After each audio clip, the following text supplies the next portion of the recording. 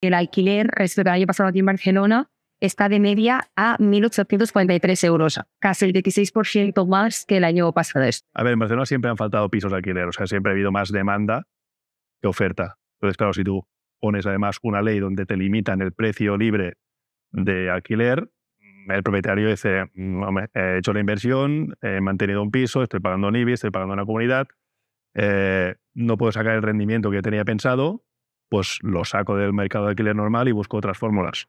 También a la gente le cuesta encontrar pisos que se adapten a su precio. Es que cuando entra un piso de alquiler va muy rápido, o sea, el mercado es muy, muy dinámico, realmente no podemos atender todas las solicitudes que tenemos de posibles inquilinos porque enseguida se alquila. O sea, nosotros cada año alquilamos más de 1.000 pisos. Como la mayoría de pisos son pisos que cuando se van vaciando volvemos a alquiler ya de manera habitual, no hemos notado tampoco a lo mejor una basada tan importante de menos alquiler.